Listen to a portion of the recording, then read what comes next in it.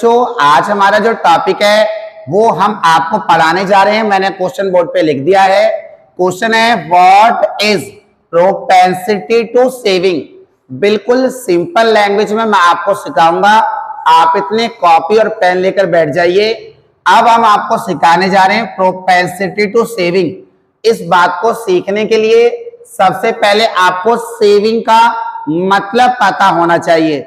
Saving हर व्यक्ति करता है और सेविंग हमारी आय पर निर्भर करता है। अगर हमारी आय बढ़ेगी यानी कि अगर हमारी इनकम बढ़ेगी तो हम सेविंग भी क्या करते हैं, ज्यादा।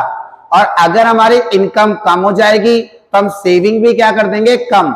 इस प्रकार से पता चलता है कि इनकम और सेविंग इनका आपस में कोऑर्डिनेशन होता है, इनका आपस में संबंध होता है। तो बिना किसी देरी के अब इसकी डेफिनेशन मैं आपको बताता हूं। आपके सामने इसकी थ्योरी लिख दी है। सबसे पहले आप हेडिंग डालेंगे प्रोपेंसिटी टू सेविंग। जैसे बेटा मैंने अभी बताया, सेविंग का रिलेशन हमारे इनकम के साथ होता है, वो भी पॉजिटिव। अब देखिए इट, इस यहां पर इट का मीनिंग है propensity to saving. It is the relationship between, मैंने अभी बताया था आपको कि इनकम और सेविंग में आपस में रिलेशनशिप है।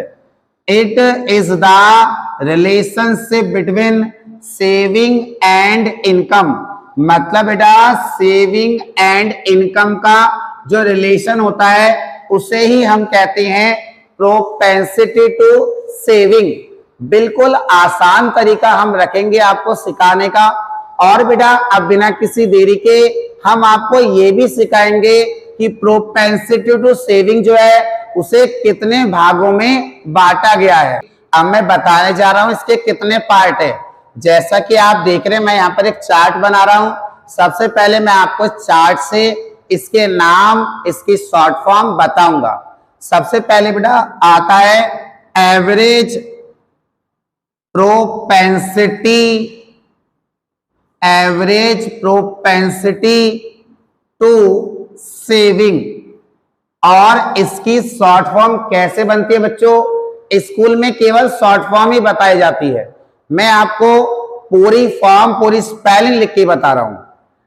APS, APS मतलब कि एवरेज प्रोपेंसिटी टू सेविंग। और एक होती है बच्चों मार्जिनल। मार्जिनल का मतलब होता है स्मॉल।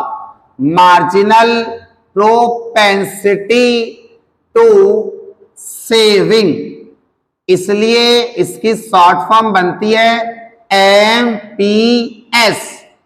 MPS इस तरीके से बेटा। तो ये दो प्रकार की हैं, एक APS और एक MPS। तो बेटा हम आपको कंप्लीट नॉलेज देंगे। इसके लिए अब मैं आपको थ्योरी सिखाऊंगा और वो बेहद आसान तरीके से, जो आपको स्कूल या किसी भी ट्यूशन में नहीं। APS average propensity to saving, इसकी थ्योरी बेटा यहां पर लिख दी है, पर आप याद रखें, अभी थ्योरी को ना पढ़ें। आपको अगर अच्छे से थ्योरी करनी है और कभी भी नहीं भूलनी तो आप इसका फॉर्मूला याद करें। आप फॉर्मूले से इजी थ्योरी तैयार कर सकते हैं। एवरेज प्रोपेंसिटी टू सेविंग, इसका फॉर्मूला होता है सेविंग, क्योंकि सेविंग प्रोपेंसिटी में सेविंग तो जरूर आएगा। और इसके नीचे लिखा गया है इनकम। आप बेटा खुद ही सोचिए सेविंग के साथ इनकम क्यों आया, क्योंकि अभी मैंने वीडियो की शुरुआत में आपको बताया था कि इनकम और सेविंग का आपस में रिलेशन है। इसी कारण से सेविंग के नीचे क्या लिखा गया है, इनकम लिखा गया है। इसकी शॉर्ट फॉर्म कैसे रहेगी, APS।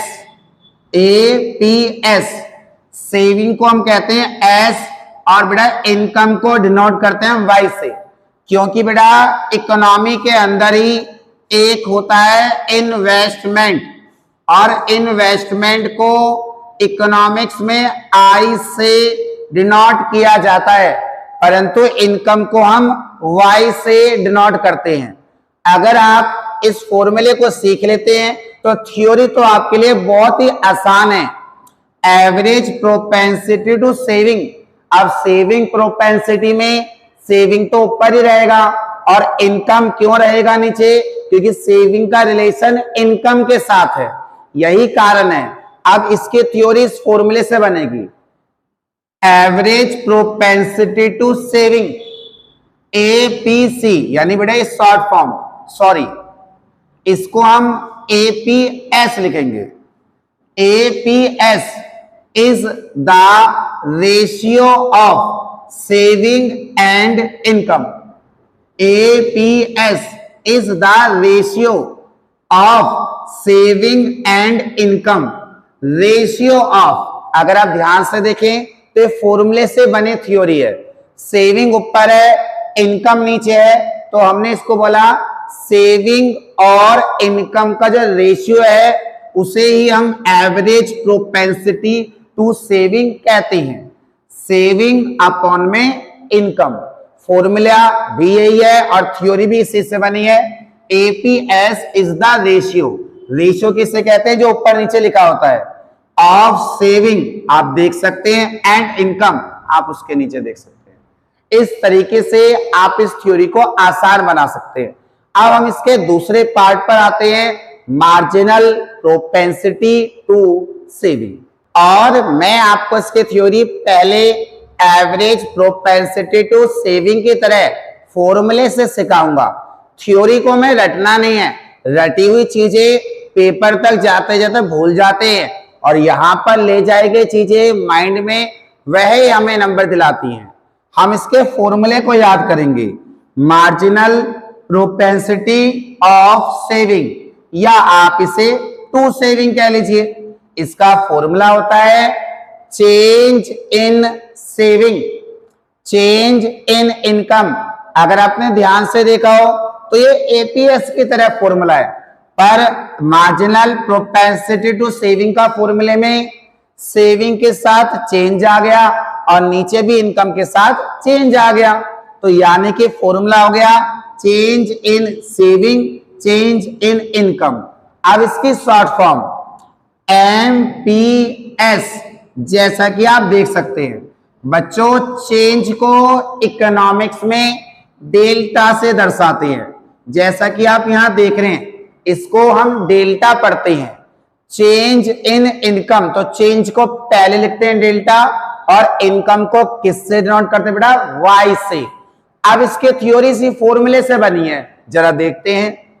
Marginal propensity to saving, it का मतलब ये, MPS is the ratio, ratio किससे कहते हैं, जैसे ये चेंज इन सेविंग और नीचे क्या है, चेंज इन इनकम।